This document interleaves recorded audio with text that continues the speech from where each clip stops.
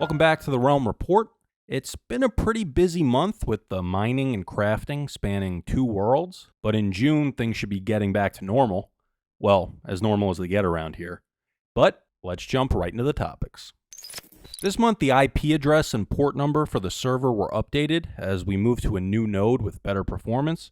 Hopefully you should see a reduction in lag compared to what we were dealing with previously. If you haven't been on recently and are having issues connecting, the server information will always be available in the server status channel, so head over there and see if you have the updated information. Also, there is now an in-game message being sent out 5 minutes before the automatic restart, so hopefully this will help cut down on those unexpected server kicks. This month saw the official introduction of badges.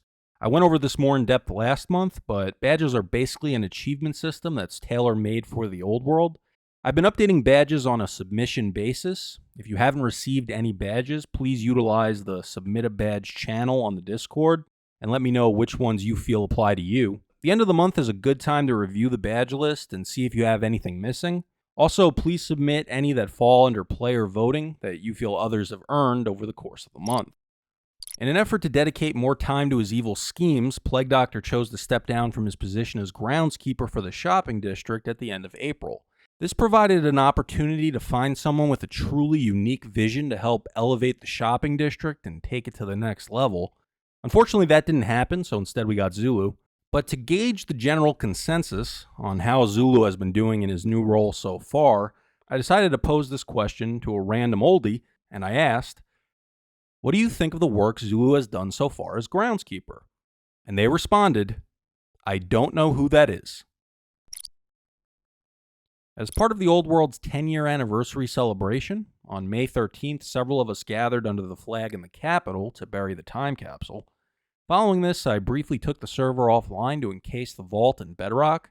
The plan is for it to remain there undisturbed for the next 10 years, so thanks to everyone who came out to help load up the vault, and everyone who donated something beforehand.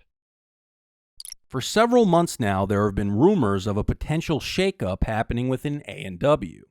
But it wasn't until I discovered a book at the Exchange that the grim reality of what life was like for an ANW member finally became clear. It detailed some pretty disturbing actions being taken by their leader, Plague Doctor 487. In the book, there was talk of locking ANW members in a dark basement, threatening them with creepers, and plans to weaponize barnyard animals. I mean, I know Plague's attempted to convert the old world into a snow biome, traveled back in time, and established a clone army, but this just seemed ridiculous.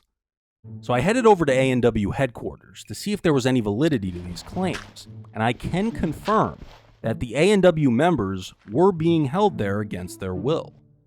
But I still needed more evidence if I was ever going to bring down Plague once and for all. And that's when I found it. Why was Plague interested in the multiworld? I didn't know, but I knew I had to beat him there. And after a few weeks of experimenting, I was able to travel between worlds. The first world I stepped into was a paradise, a completely untouched version of the capital as it had existed back in 2012. It was definitely a place I wanted to return to, but I also had to see what other realities were out there.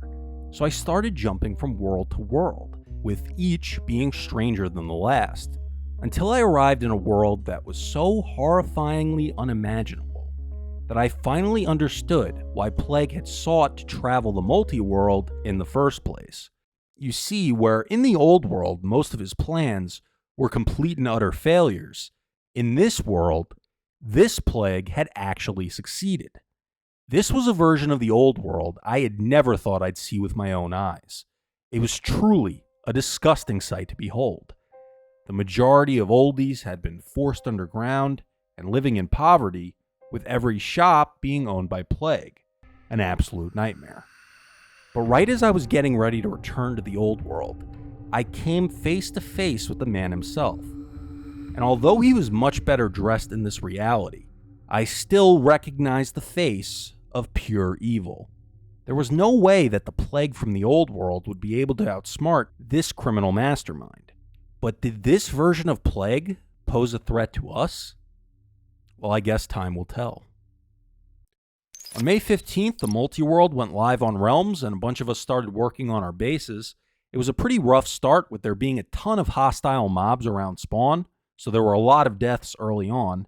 There was also an issue with the barrier blocks preventing passive mobs from spawning, but it just added to the challenge of the early game. We ultimately found workarounds for these issues and have been able to get a decent amount of work done in the world, thanks to everyone who joined in and participated in the Multiworld. One person who's been spending a lot of time in the Multiworld is Upton. He's reporting to us directly from the Multiworld to share some of his experiences.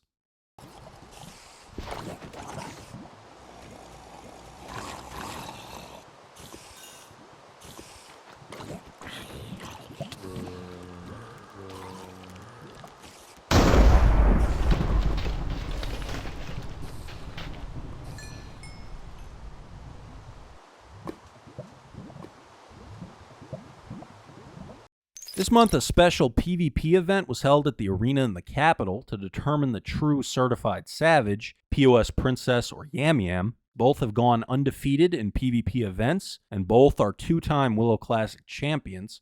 Yam Yam won the first round, with Princess taking the second, before ultimately being defeated in the final round. Green's Games took bets on the match, and spectators were able to potentially earn some gems. This is something that Green's Games plans to do more of in the future. Also, this month saw the introduction of the Lucky Lotto, headed by Black Lightning. If you want to get in on the lottery, you can purchase your tickets throughout the week at the top floor of the exchange, with the winning numbers being posted on Friday nights. You have Saturday and Sunday to claim your winnings, if you have the matching numbers.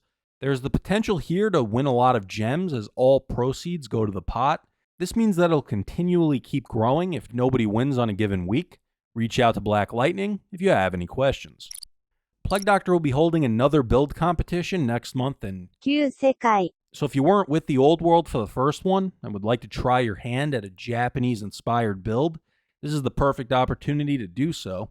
But even if you participated in the last one and want to give it another shot, everyone is welcome. The competition will be running from June 5th to the 18th, but everyone can claim their plots beforehand on a first-come, first-served basis.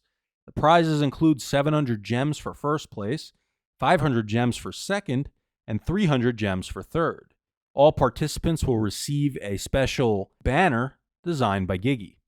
The Willow Classic 5 was held on May 29th at the Coliseum on the island. This was our first event to feature an underwater theme. We had a bit of a delay getting started, but once it got going, the matches went pretty quickly. The Riptide on the Tridents made for some very interesting combat. BMX took first place, winning his first Willow Classic. Chozo placed second, Mama took third, and Greenhound came in fourth. Willow is currently accepting suggestions for new themes for future Willow Classics, so reach out to her if you have any ideas. The next event will be the Panda Spleef Spectacular Round 3. This will be the first time we'll be doing one of these since last September, so I'm looking forward to returning to the arena. Panda Spleef Spectacular Round 3 will be held on June 26th. And that wraps things up for this edition of the Realm Report. See you on the server.